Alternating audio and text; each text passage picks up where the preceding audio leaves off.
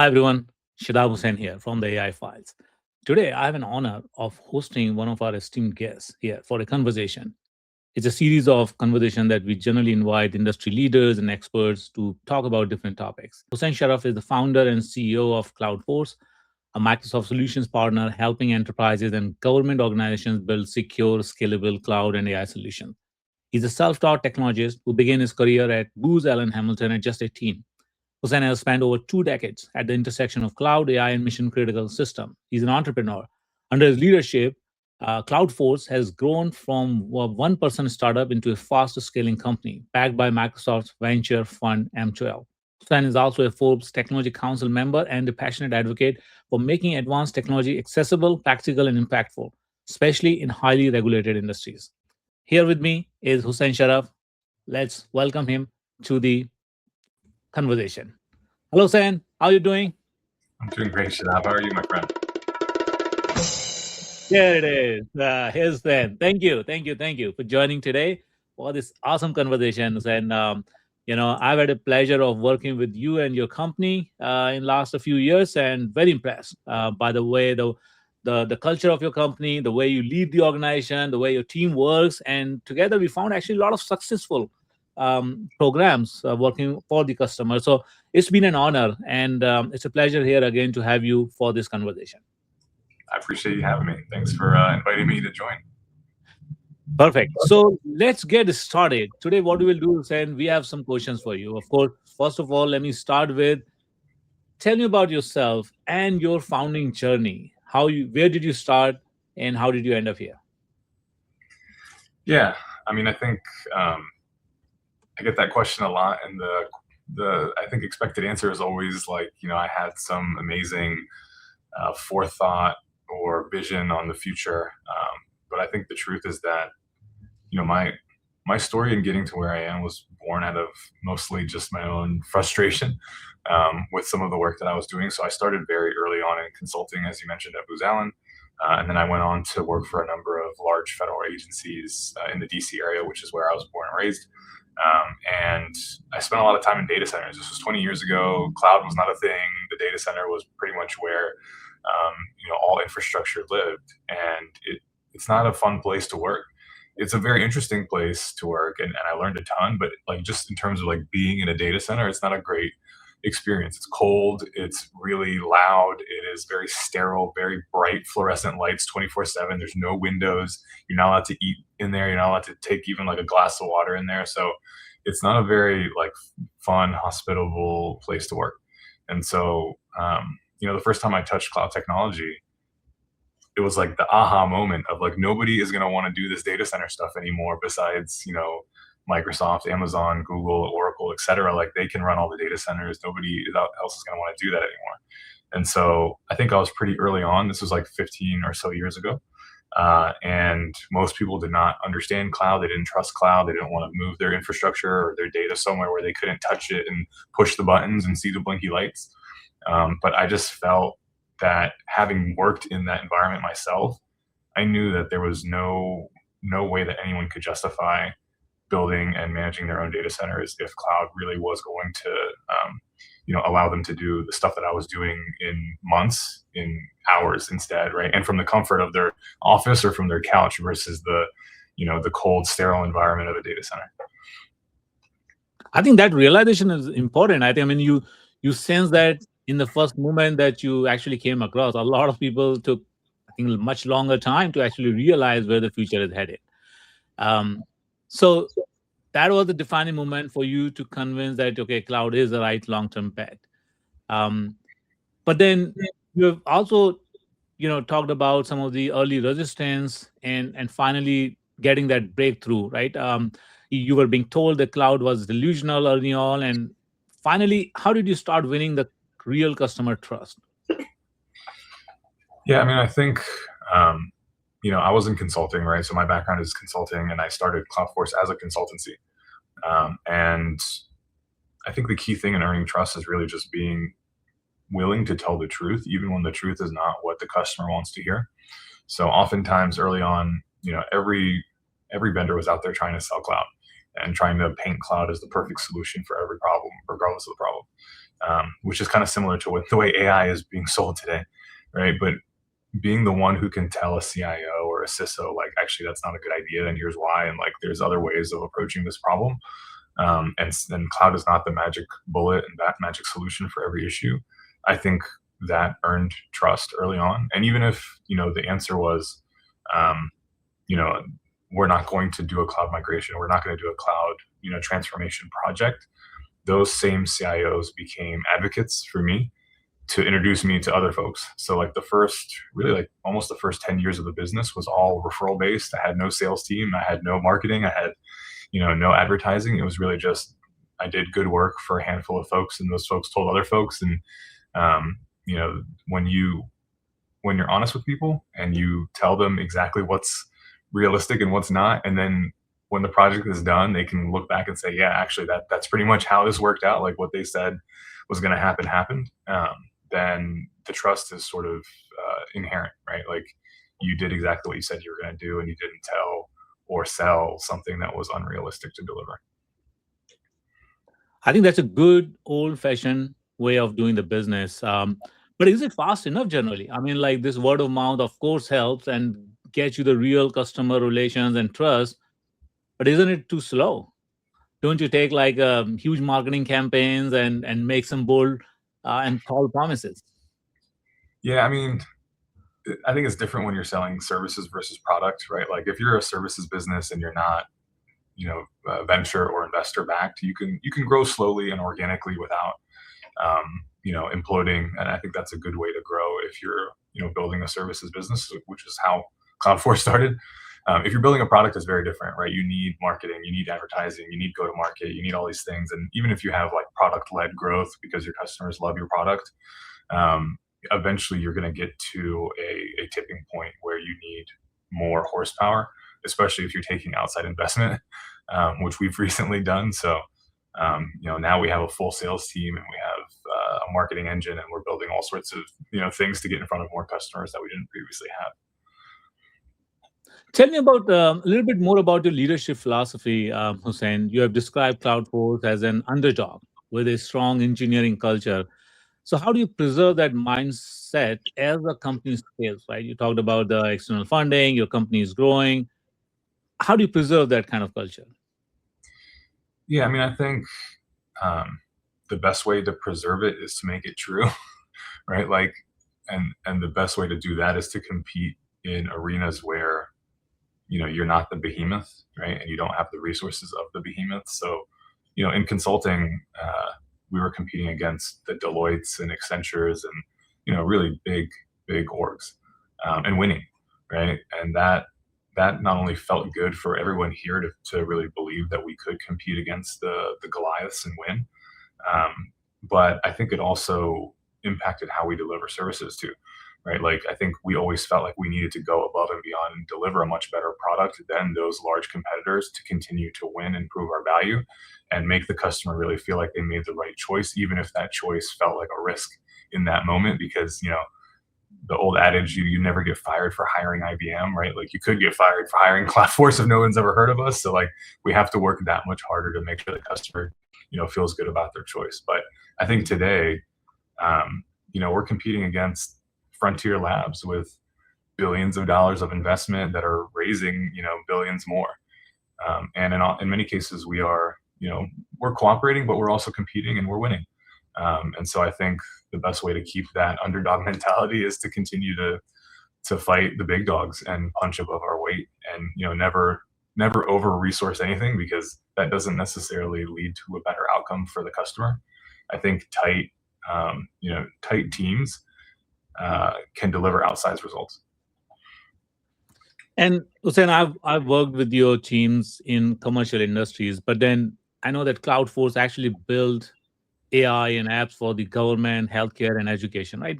Regulated industries essentially, where failure is not really an option, right? I mean, these are projects which really impact the lives, and highly regulated. So, what design principles are your teams following to ensure that the failure is not an option and they make those things successful in this kind of regulated industries? Yeah, no, I think that's a great question because it is very different than operating with traditional sort of enterprise customers, which we also serve, but we are more focused in this moment on education, healthcare, state and local government, which have very different constraints. And I think one of the things that we decided to do early on was really just be transparent about um, the fact that AI is not always going to do what you expect it to do, and it's not always going to have the right answer. And if we're building for it being right, then we're building something that will disappoint, right? And so one of the sort of design decisions that we made was just transparency in the process, right? So like when somebody runs an AI prompt through a system and gets an output, if they can't trace back how that output was created very clearly, then we have created a black box that is going to eventually cause an issue. So we basically designed for the assumption that AI is going to be wrong sometimes, but that it's going to be very clear what happened, and it's going to be sort of apparent to the administrator or to the user what they need to do to impact that output to make it correct the next time. Right. So was it a bad data set? Was it a model hallucination? Was it, a lack of context? Right. Like, how do we make that very clear and help the user to understand what's required to get the right output from any AI system? So that's first and foremost. Just assume that AI is going to make mistakes and it's going to be wrong, and we need to build for that. I think the other thing that we do is, really try to humanize what we're doing in the sense of everybody has students in their family, everybody has patients in their family, right? Um, we need to really put ourselves and our families in the shoes of the folks that are going to use our product, our platform. And if it's not something that we would give to, your niece that's in school or your daughter that's, seeing a doctor, right? Like if that's not something that you would want them to use, then we don't ship it, right? Like we really need to feel good about what we're delivering and how we're delivering it. And essentially build to that standard. Because if we don't want our families using it, then we shouldn't ship it. Yeah, and you raised very good points. These industries also traditionally are actually slow to move, right? I mean, they generally are the laggards. They deliberately take time before they adapt onto the new trends. The AI is moving rapidly, however. Do you see these industries, like regulated industry like government, healthcare, and education, are they moving fast enough, or are they moving too fast um, than before? Yeah, I mean, traditionally these are not exciting industries because of what you just described, specifically for tech, right? Like they're not the ones to adopt the new shiny technology thing. But I think that's actually changed in this moment because AI is not like any technology that we've seen before.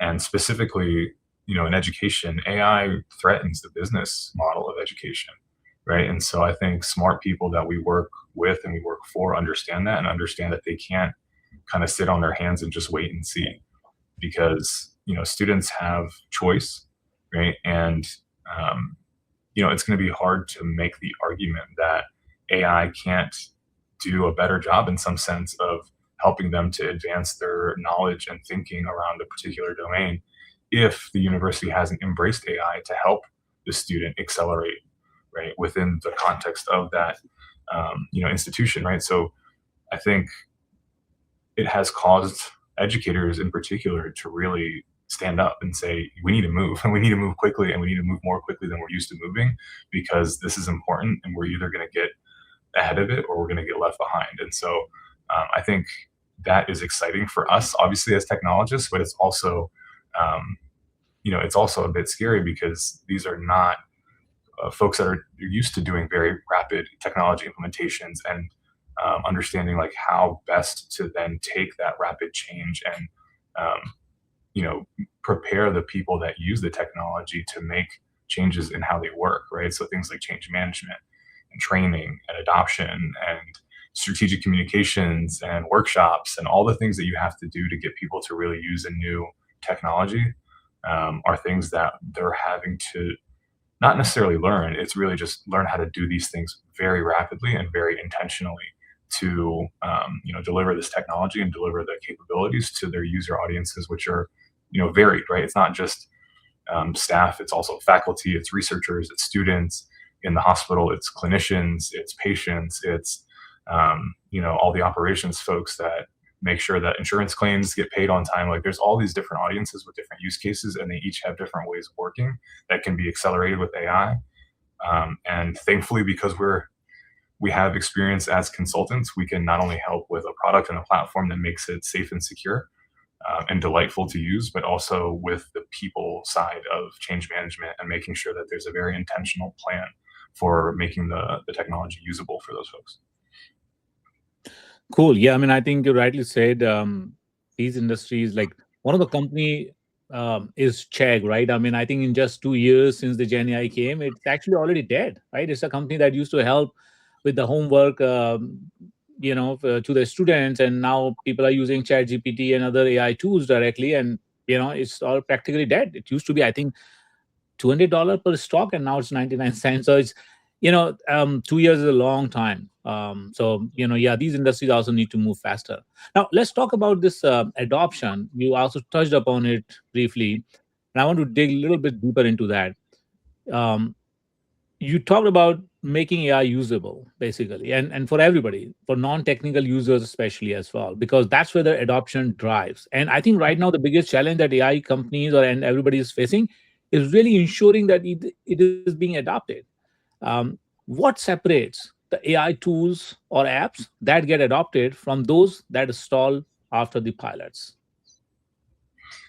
Yeah, I mean, I think it's equal parts what we just talked about around change management, but also the product itself has to be designed intentionally so that it does not um, threaten the user.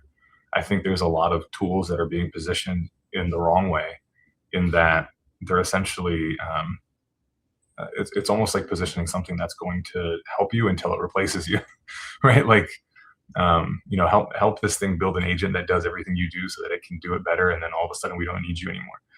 I think that's just the wrong design philosophy. I think the right philosophy, which is proving in sort of the adoption figures that we're seeing, is the more that you can put the user in the driver's seat, but in a way where it's not overwhelming, where in a way where it just feels helpful, right? Where it just feels like it's taking what they do well and not only accelerating it, but offloading all the bits and pieces that they don't really want to waste their time with, right? The minutia.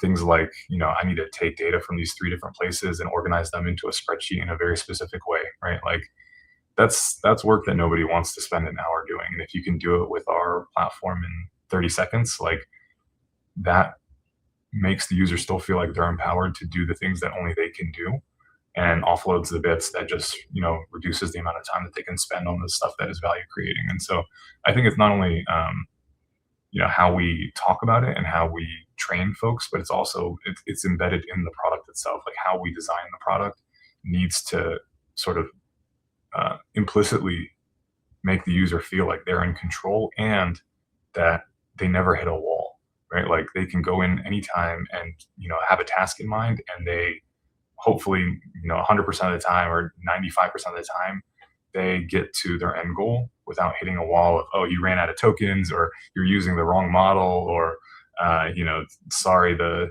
GPU is down today, right? Like there's a lot of AI tools that also like hit a wall very quickly, and we've intentionally been very thoughtful about designing resilience and designing reliability into our products so that people just they don't hit a wall, they can get their job done every time. Well said. I think the bottom line is that for the adoption, it's the excitement and benefits are much better ways of basically drive the adoption compared to the fears and threats, right? And I think some of that is also to be blamed for some of the lack of the adoption. I remember, Salesforce, for example, 1 year ago, they were talking about, okay, yeah, they're reducing their coder, they're reducing their agent who support it, etc. Right? I mean, like basically, it's selling to the boardrooms rather than the people who actually will have to adopt it. And now, yesterday, the basically the statement from Salesforce is that, oh, no, we are actually creating new jobs, 1,000 new internships, and the jobs are being created. So I think that messaging is very important, and you touched upon that already very well. Let me ask about the customer driven innovation. Now you have said that the best AI ideas already exist inside the customer organization. How do you systematically surface and scale those ideas? Yeah, I mean, I think there's a few things that we've done um, intentionally that are a bit unique. One is that we hire people from the industries that we serve, and we make sure that we're hiring people that are not just sort of like industry consultants, but like people that really work inside of the customer environments day in and day out, doing the hands-on keyboard stuff that our customers are trying to do. And sometimes they come to us, sometimes we intentionally recruit them. We actually had one of our CIOs from London Business School actually say this product is awesome and I want to join the team. And he actually now is our VP over UK and Europe.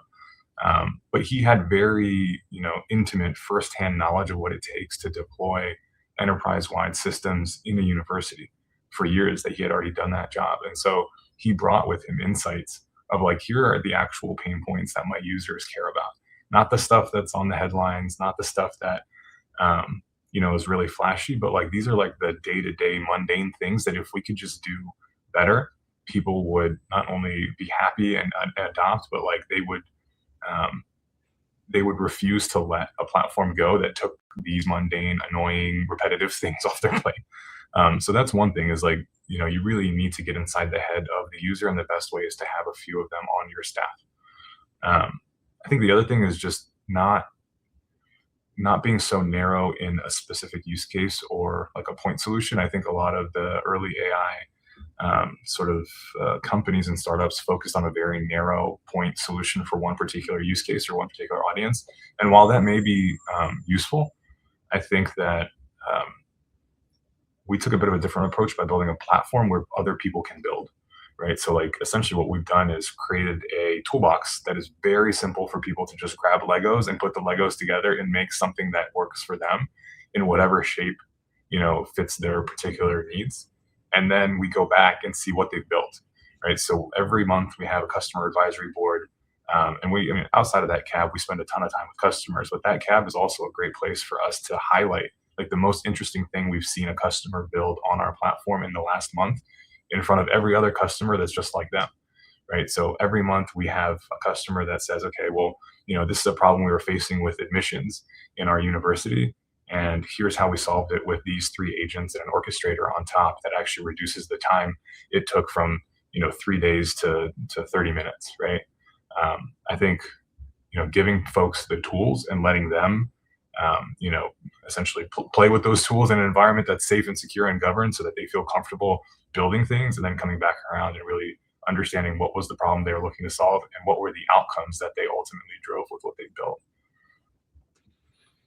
Okay, great. I think I love that philosophy and the ways of working. Let's talk about the vision versus execution.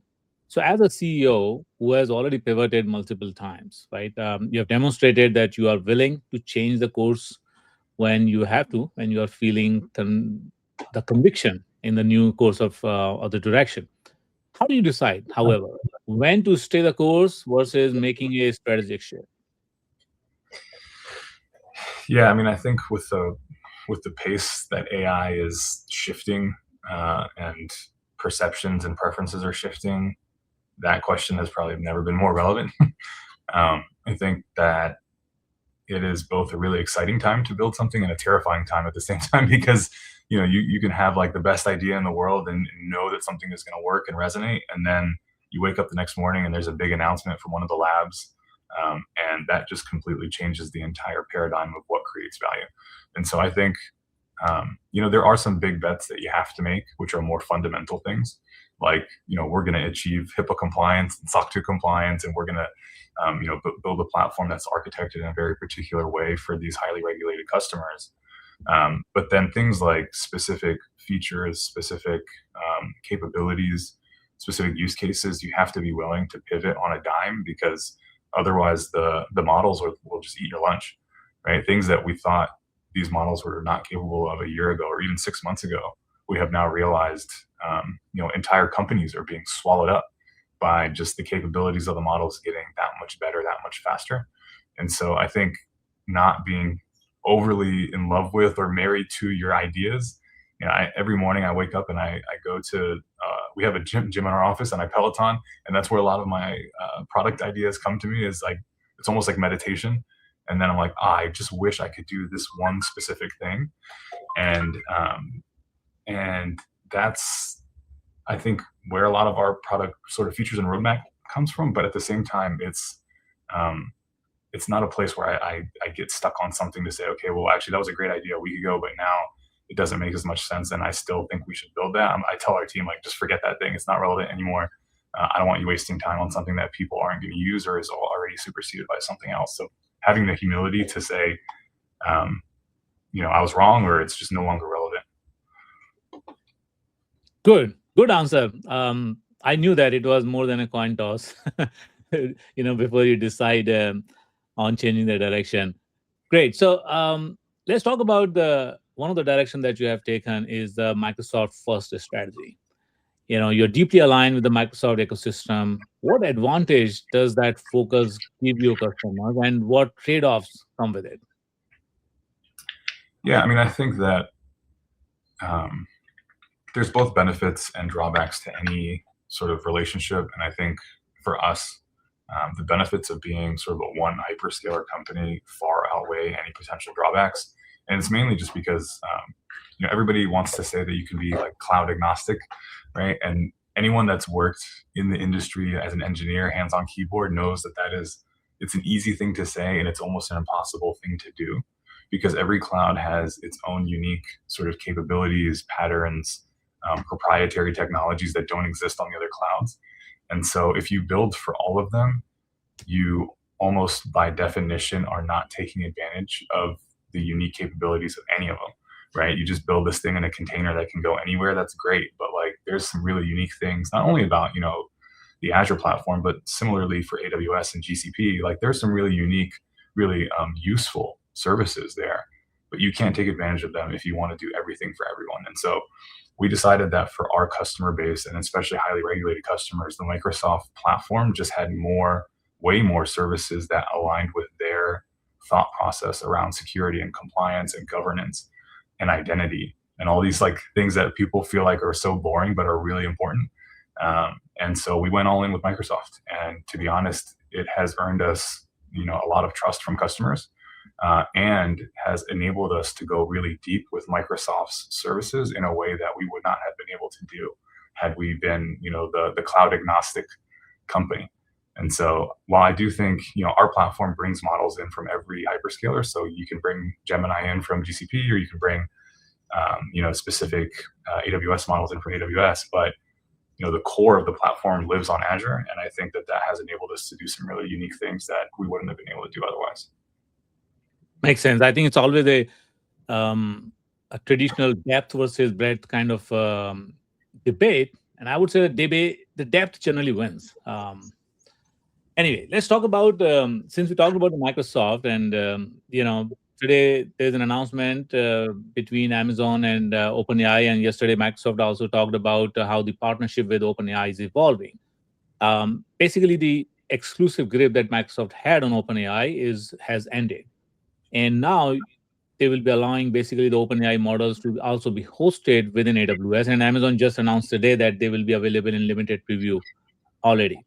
So you won the Microsoft Partner of the Year. You have M12 Venture, which is basically Microsoft backed ventures. And so, how does that, from your perspective, is changing? Right? I mean, do you see this as a loss to Microsoft? Is Azure losing its AI mode? How do you see this going forward?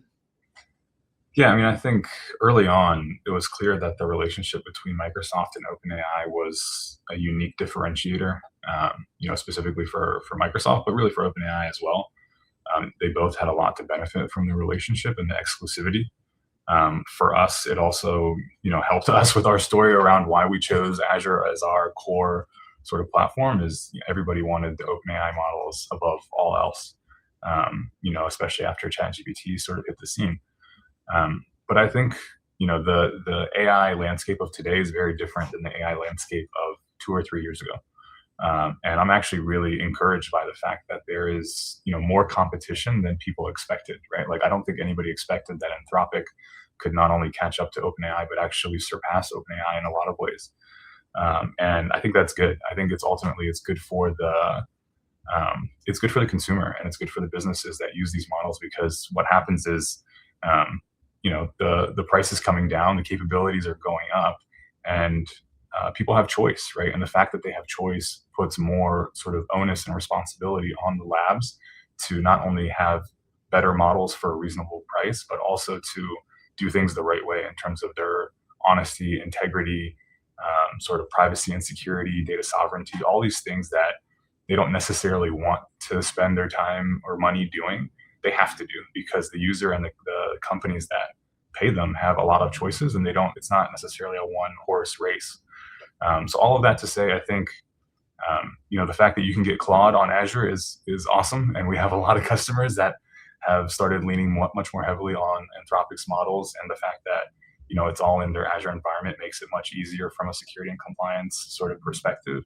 And I think that the same should be true for AWS customers, right? If they want to access OpenAI models on AWS, I think that's ultimately good for the industry. It's good for the consumer. And so I think Microsoft's position, and obviously I can't speak for Microsoft, but I feel like what Microsoft has always done really well is give every developer, every builder, as many tools as possible to build whatever it is that they want to build. And I think that the Microsoft ethos in this moment is to embrace all the models, bring everything into Azure, bring everything into the M365 ecosystem, and let people choose what they want to use and make sure that it's the best fit for purpose. And so I think these exclusivity agreements across the board are going to probably go away, and that's good for everybody. Cool. Now, the same week, just last week, basically, the GPT 5.5 was announced from OpenAI, and it's a very good model, right? I mean, it's also, breaking pretty much all the benchmarks on the coding. It's really good for agentic purpose as well. And however, the same week, DeepSeek V4 was also launched. Okay, and the uncomfortable part is that not just that China has caught up, it is that they now probably have better frontier intelligence and too cheap for US labs to defend. Now, you deploy AI into healthcare, higher education, regulated enterprises. Are customers now privately asking you, why am I paying OpenAI or Anthropic prices if DeepSeek is close enough? Particularly when GPT 5.5 is actually double as expensive as GPT 5.4, right? Would you ever tell a US hospital or university to choose a China based open model? Yeah, I mean, DeepSeek is definitely controversial with our customer base in particular, given what they do and the type of data they have access to. One of the great things about the fact that it is an open weight model is that you can run it privately if you want to, and you can guarantee that the data that you're sharing with it does not go anywhere. I would not recommend that folks just use the public facing version of that model, because obviously there's concerns around where that data goes. But I think that what DeepSeek has done is really important for the industry, not because we would recommend our customers in healthcare or government to use their models, but to think about the economics of what their models sort of prove. Right? They prove that you can build very capable, bleeding edge, leading edge models that you can run both in the cloud and at the edge for a very low price. And what that does is it forces the Western counterparts here in the U.S. to really justify their premium, or consider like open weight, open source versions of their models that can also run on the edge, if needed and when needed, from a sort of data security, data sovereignty perspective. And so, do we have customers that are deploying DeepSeek? A few, to be honest, a few, but mostly in a research capacity to understand what they're capable of. But always, privately, always in, their private Azure tenant, not connected to anything outside of their tenant. And we actually enable them to do that in a compliant way.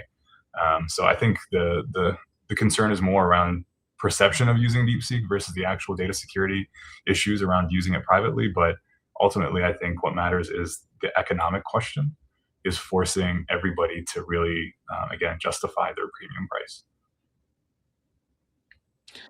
Yeah, I think the China versus US debate, I believe in AI, will continue. Last week, the White House also issued some guidelines, the 4-point agenda, and they will work with the AI labs to actually counter Because I think it's not just about the business competition, right? It's really about a lot of debate about national security and all those kind of perspective that also come in. So it would always be a sensitive topic. But let's talk about, how do enterprises, do you find them stuck between AI hype and real value? How are they escaping the AI purgatory? What practical steps that differentiate leaders who actually break through between the hype and the real value? Yeah, I mean, I think that that's the billion dollar question every large organization is trying to answer right now. And I think the conversation has shifted from you know which AI and how do we AI to like what is the ROI of AI. But I almost think that even that is sort of the wrong question because the ROI of AI assumes that you're like replacing some existing system, person, process with AI. And I think the organizations that are doing this well are not just sort of assigning AI as a responsibility to one person and saying, okay, you're the AI person now. You're going to go AIify this thing, and then you're going to come back and tell me the ROI so I can report it to our board and our stakeholders. It's the ones that are really embedding the use of AI across every function in their business in ways that are less sort of we're going to force you with the stick, right? And more just like, let us help you to do your job easier so that you can focus on the things that you care about. And we're not necessarily going to force you to measure ROI on day one because that kind of, I think it kind of misses the point, right? Like when search became a thing, no one said, what is the ROI of search, right? But, when somebody was doing something that could very easily be solved by a Google search or a Bing search, you told them to just use the tools, right? Like, now what is the ROI of search today? Who knows? Who cares, right? The point is that people are getting their jobs done better, faster, more effectively because they have access to tools and they have become reflexive in using those tools. So I think like this is where we try as much as possible, not only to do this with our clients, but to do it internally. Like every Friday now we have Frontier Fridays, and it's basically everybody can just come up as part of our like team lunches and talk about some interesting way that they used AI that week that could be very mundane, very just sort of trivial in the grand scheme of things, and not something that we're going to try to measure ROI on. But we celebrate the fact that the person in finance who instead of creating a Power BI dashboard from scratch went into Nebula One and asked it to write all the DAX for them so that they could create a Power BI dashboard in 10 minutes versus 10 hours, right? Like these are the things that happen every day that, again, they're very difficult to measure, but requires sort of a culture shift and, celebrating those little wins across every function in the business. Very well said, actually. I think it is like, as you gave an example, it's similar to, people started using computer. Of course, they make you much more productive. But what is that ROI? I mean, right now, nobody can tell because it has become a baseline. It is Yeah. the baseline and the benchmark, right? So I think AI will become something like that. It's just a baseline expectation. It'll be Um, ubiquitous, right? Like nobody talks about the internet anymore. It's just exactly. it's everything, right? Exactly. I mean, taken for granted. And then if you don't have it, then you realize the ROI of not investing. I think it's the other way. Okay. So I have finally one question on the next 3 to 5 years. Let's talk about the future. Looking ahead, what major shifts in AI, cloud, or whatever enterprise software do you think most organizations are still underestimating? Yeah.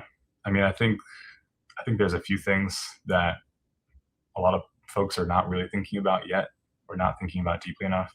I think one is that just the SaaS model, the traditional software model, doesn't really work in the age of AI at all, and it's because this like per user per month license was never designed to really consider the cost of inference, and the cost of inference is expensive, right? And it's going to continue to be expensive because as GPU costs come down, the number of tokens you eat goes up, right? So like, yeah, the models are becoming cheaper and more efficient, but we're using more tokens at a faster rate and we're spending more.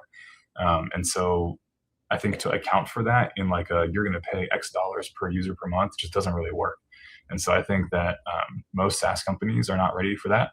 And there needs to be sort of a better way of selling and buying AI as a sort of intelligence layer. And most organizations haven't really figured that out. And that's something that I think everybody needs to kind of think about, consumption based or outcome based pricing for software. Um, Another thing is just like the changes to the org chart of organizations. Like right now, there's a lot of organizations that are cutting headcount and replacing certain sort of low level roles with AI. And I think that it's really short sighted, especially because, you know, if all you have is senior people, eventually those senior people age out, and then what do you replace them with? Right? Like, you need junior people to become the mid level people to become the senior people, right? And if the senior people are going to be these orchestrators of AI agents, right, like the HR department for AI, you need to groom those people that not only have the senior talent but also understand the context of the business and the customer and the thing that you're selling. And so I do think that the way that organizations are structured fundamentally will change as AI becomes more ubiquitous, and it's not going to be the same sort of, you know, like super hierarchical design of, you know, the current sort of corporate um, design. And I think that there are some folks that are really thinking about like what does the org of the future look like with AI, and when a lot of the people that are there are just moving sort of data and process and paper around, and that can be automated. You know, what does that free them up to do, and how do you design an organization from scratch around AI? I think that's an area that I'm spending a lot of time thinking about, and is an area that I hope other leaders start to think more intentionally about as well. Yeah, and you raised such a good point, Hussein, that I think, trying to reduce those entry jobs and the people who actually start there, and if we don't build the base, that base cannot then grow up as the company's need grow, as well as replace the senior people ultimately when they retire.